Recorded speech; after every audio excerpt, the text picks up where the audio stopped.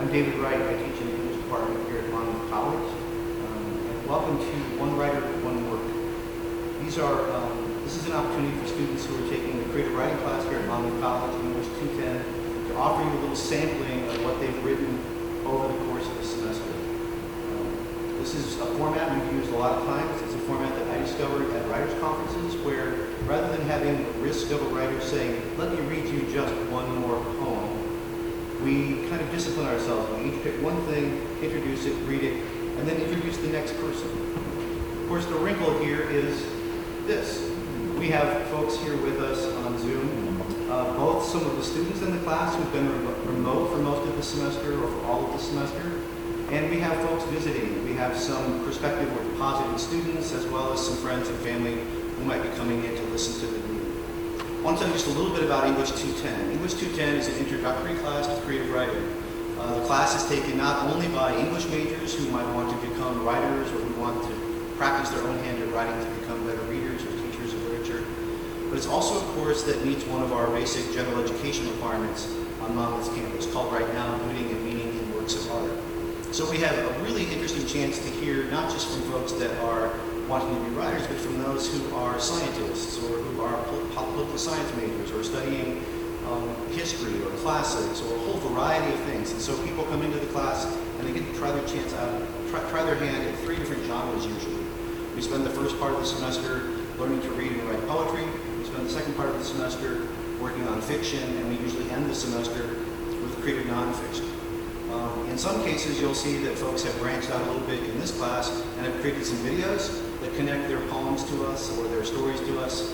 And we have had folks who have written some plays, partly because here on this campus we also have an active theater department that we're very proud of that does what at the beginning of the semester what they call Fusion Fest, which is a chance to write a 10-minute play and have it performed within 24 hours.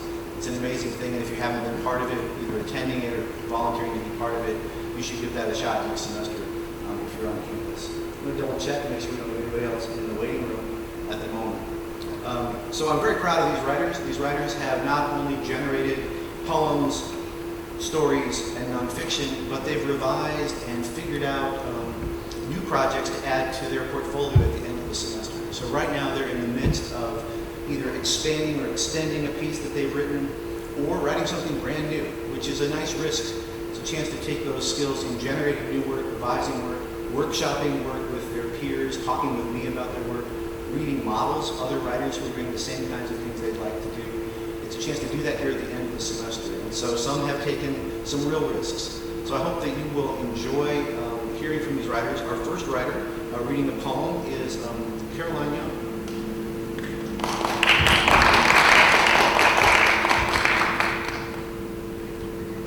This is a poem from a collection of poems I was working on this semester. It's called A Moment Forest.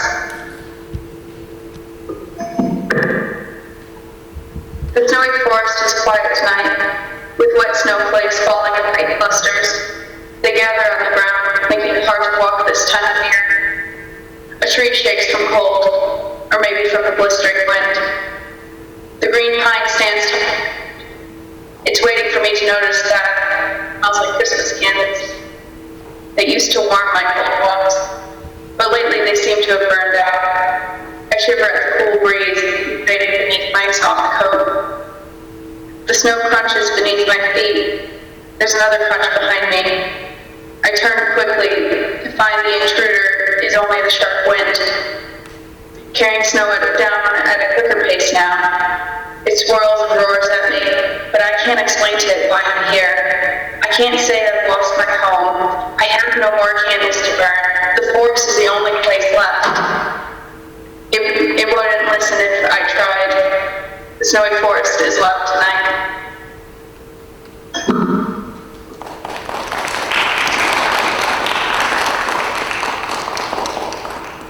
Up next is Kerry King with her CNF piece about nature. Hi, I shared a video voiceover from a section of Wall Under Vietnam about a backpack I took a few years ago.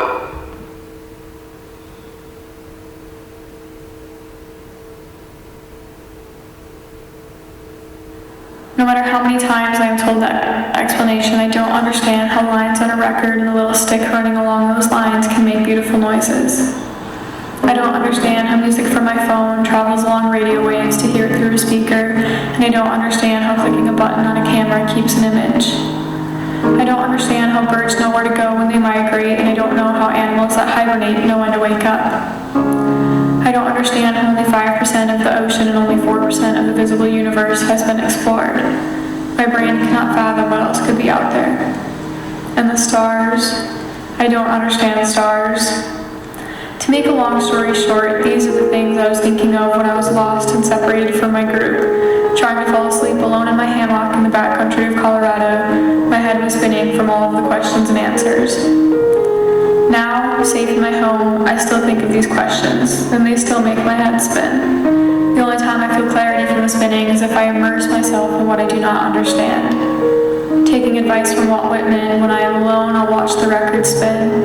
Imagining the sound vibrations change into electrical signals that get amplified by the speakers. I'll imagine the light rays bouncing around and being redirected through a piece of glass in my camera to create an image. I watch the birds as they follow the sun and the stars to their summer home, and those stars. I can watch the stars for the rest of my life and never get tired of them. They are perfectly imperfect, formed by collapsing clouds of dust and gas. The light allows us to peer back in time. What we see has already passed, and we will long be dead by the time the light produced right now reaches Earth. I do not look up to the stars and think of proofs, figures, charts, or diagrams. I look up to the stars to see the past, feel the present, and think about the future.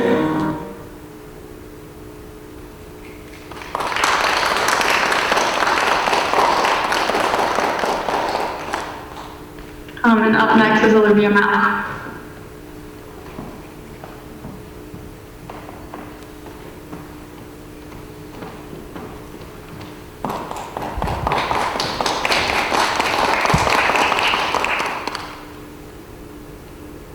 Hi everyone, I'm Olivia Matlock, and today I will be reading you a poem that is part of my final portfolio about body image.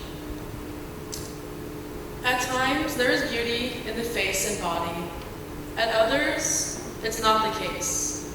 Hatred of the body. The hateful feelings can be brutal to a girl who might want to chase after a standard body. What makes the insecurity grow inside of her? Maybe the most painful space is in her body. Slowly losing sight of what is healthy and not, she cannot find a place to love her own body. Olivia, refrain from this horrid mindset. Find peace, give grace, and cherish your own body.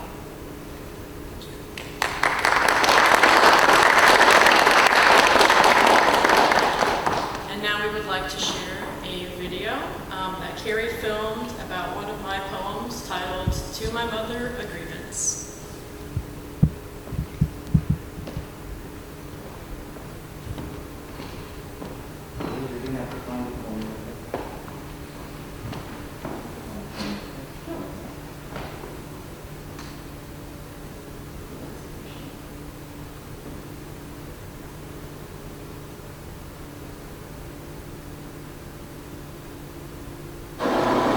You said it could be genetics. Maybe I could eat too much. You said it's something I can't control, but I will struggle all my life. Maybe I do eat too much, overindulged, never satisfied. I will struggle with it all my life because of your comments. Overindulged and never satisfied. Some things I cannot control. Because of your comments, you know it's not genetics. These impulses I cannot control. The late night snacks that I overindulge in, eating too much, overtake my better judgment.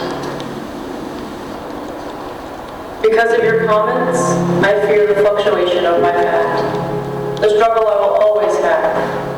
Maybe it's not just my genetics. These, I know, I cannot control. My insatiable cravings, my incessant genetics, your insistent comments.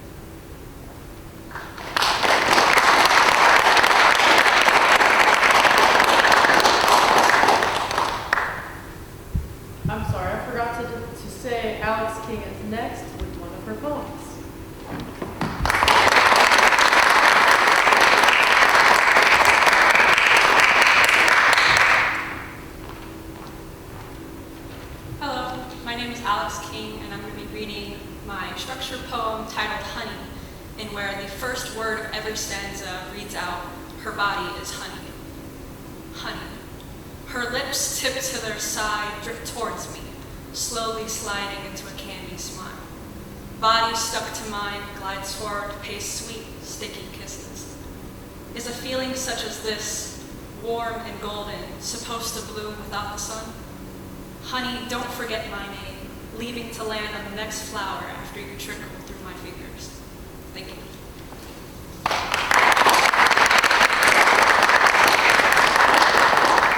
And next is a poem by Katie Westfall.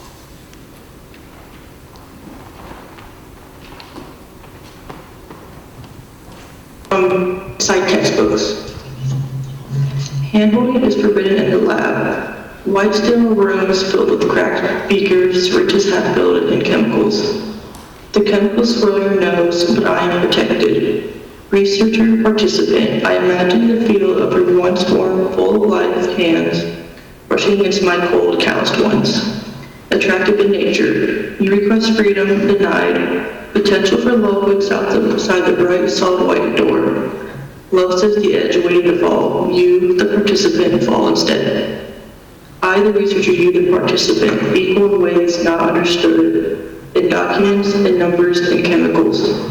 Your life is written on paper for everyone to see. I control the world, but you control my world. Treatment requires care you, the patient, are hidden from.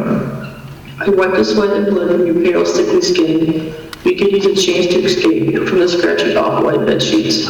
And maybe you did after months and months of probing, taking notes, stitching, and taking notes, injections and taking notes of pain. It's a shame what we only lasted a short time. I, the researcher, and you, the participant, are dead.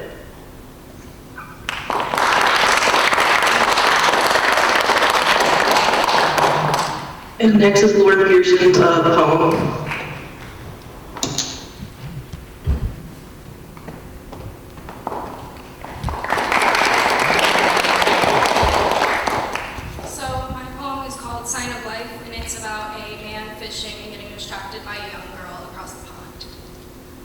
Mayflies and mosquitoes hum in my ear, clouding the sounds of the slight water flow. Here I stand, pole in hand, hook, lure, and line underwater, waiting and waiting. Still and silent, I wait for something to take bait. My eyes hover over the surface, looking for a sign of life. Yet the life I find is not that of a fish. Across the pond, she sits alone, knees to her chest, eyes begging for any distraction to catch her attention. Innocence fills the air as the wind caresses her skin, slowly breathing life back inside of her. Bliss paints her face as a slight glow reflects from the water. She seems safe, at peace. She appears alive in the sunlight. Ripples in the water, a tug on my line, I reel in, carefully and quickly. Rocks snagging my line. Scales shining like her hair breaking the surface. The line snaps. The catch is gone, but so is she. Across the pond is yet another barren void, and I'm once again alone, waiting for a sign of life.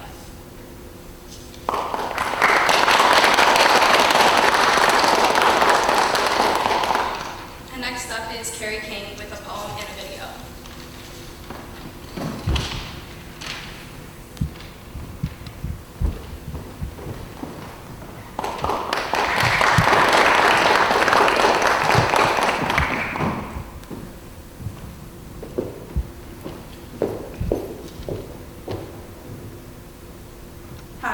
I'm Kerry King, and I made a video about a poem that I made about love, which sounds cliche, but yeah, thank you.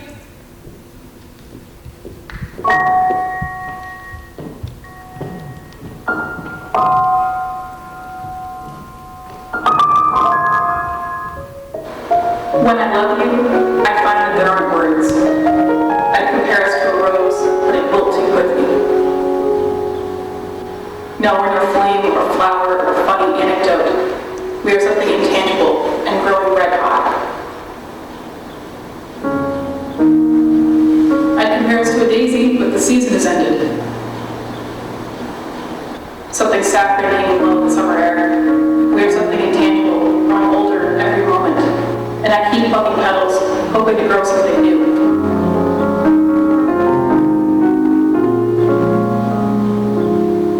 Something sacred hanging low in your car at night, foggy windows that I can never see clearly through. I keep plucking petals and watching them slowly clinging to a memory, a single leaf, an olive branch.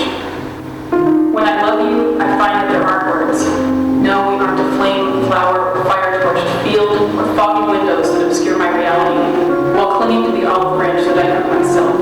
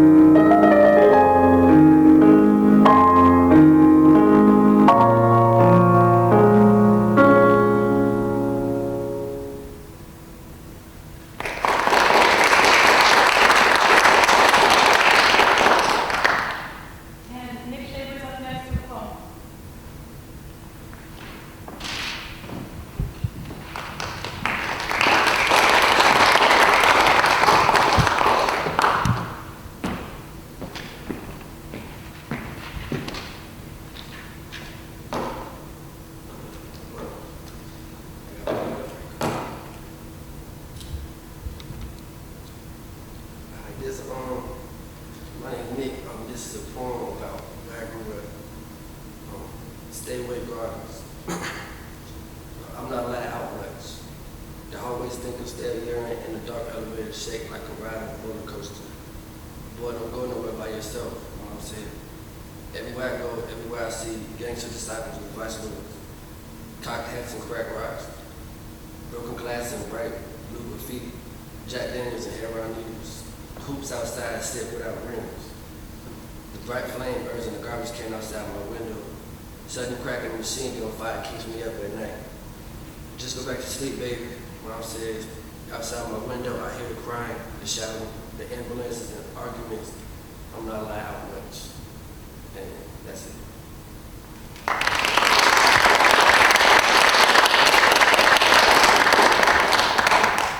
Up next is a male Dale Bridge with, I think it's a video.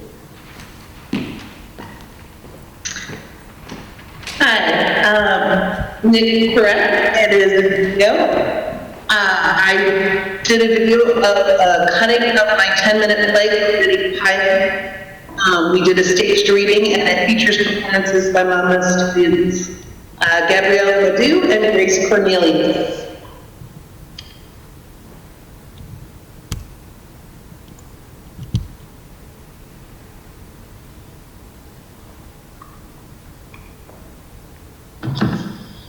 So, my first date in a year and a half, and it was to give him dating advice about Erica.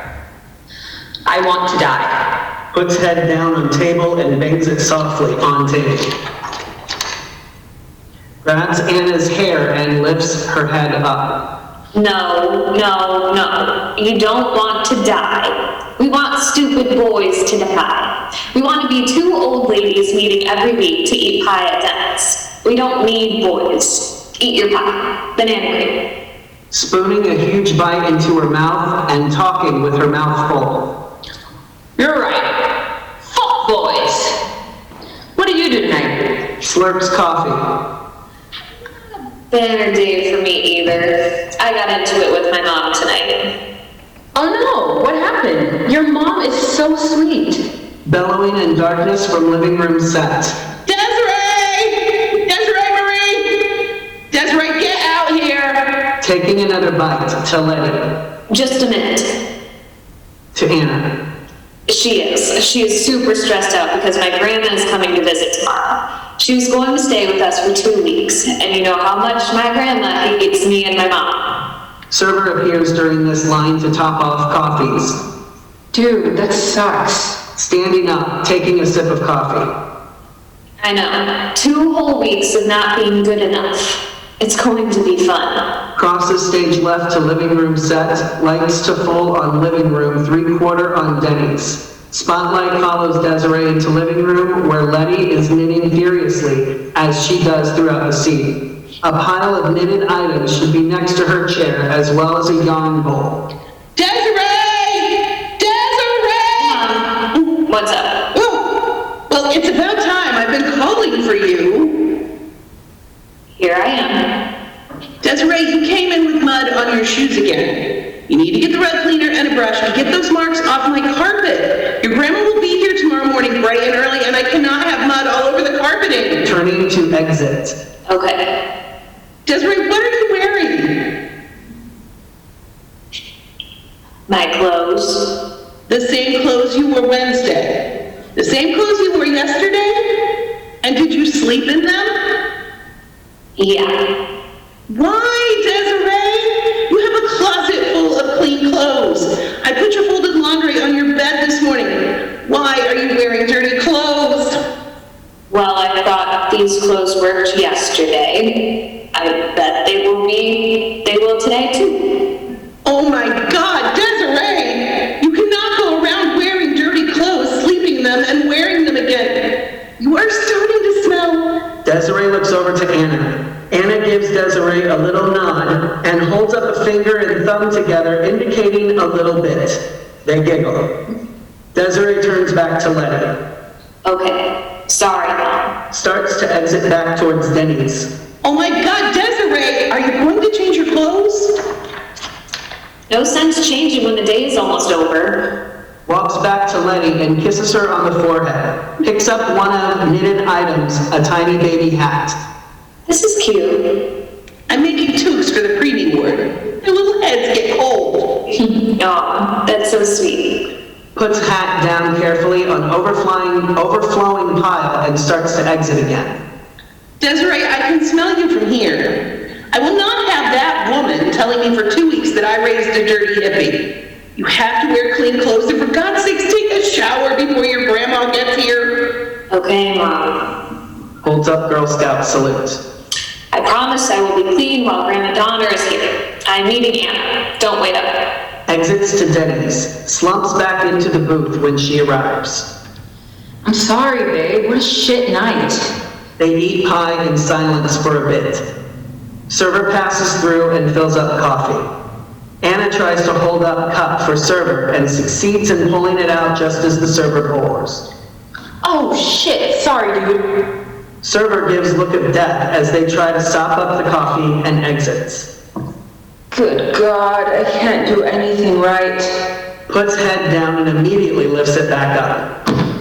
And now I have coffee in my hair. I smell like coffee. Apparently I smell too. Yeah, you do. Want to go pretend we're dead bodies in the Denny's parking lot? More than anything.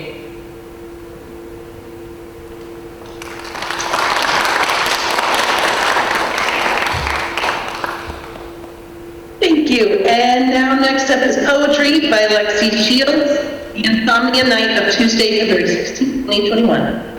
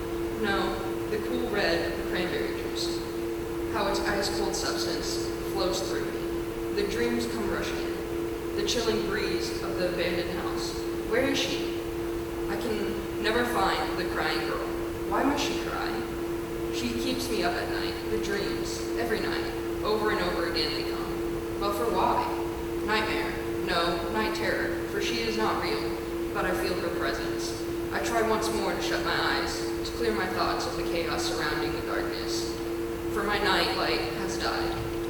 The flickering sound as the light left my eyes.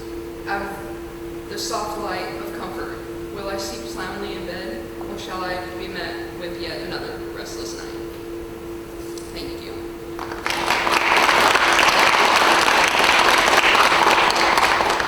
Next up, we have Larissa Hot Oven reading a poem she wrote.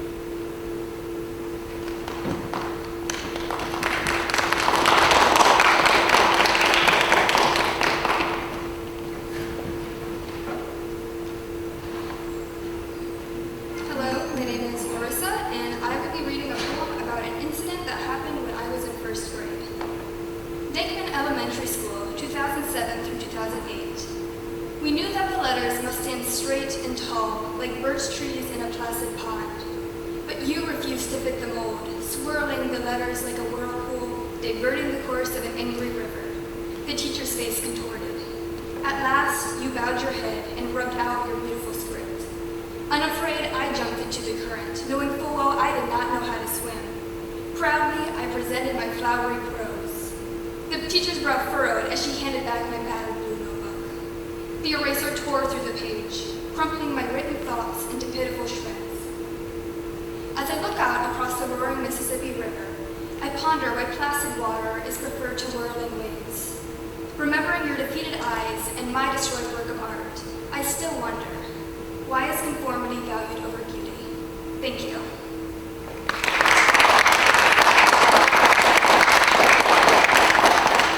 And next up is Garrett with a poem.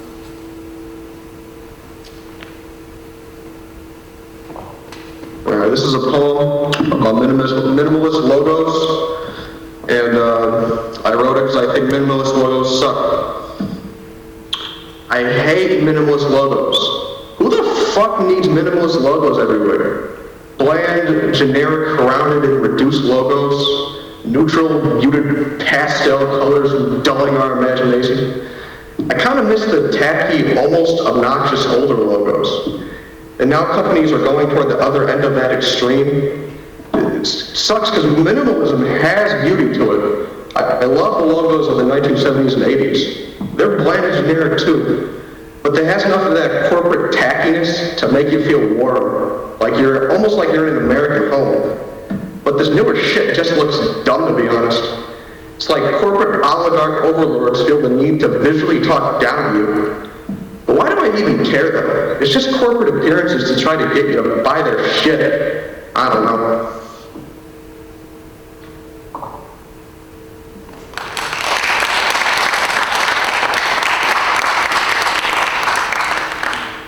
Okay, next is Madison Hammond with her poem. Hi, I'm Madison Hammond, and this is a poem I wrote about the feeling of escaping the summer heat, called 4th of July. As she walks, sweat trickles down her crooked nose, the heat grips her tight, almost unbearable. Light ripples the air across her yellow top. Fluorescent lights or cast shadows between the aisle. Somewhere in this old convenience store, a faucet drips. The sound echoes between water and a cashier's screaming throat. She finds solace in the sashimi, like being stranded and finally finding her blue salvation. Condensation from the cup collects on her fingertips like little droplets of rain, an escape from the blistering. The sweet blue raspberry flows with her tongue, firework pierce deep.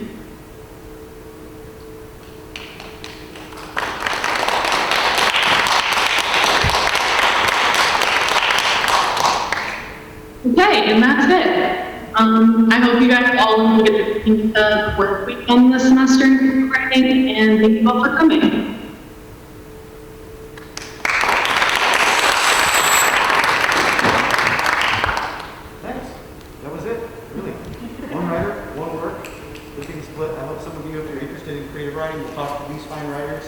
And you'll also get in touch with me if you're interested in taking the class or learn more about it. And we'll see you in the fall, right?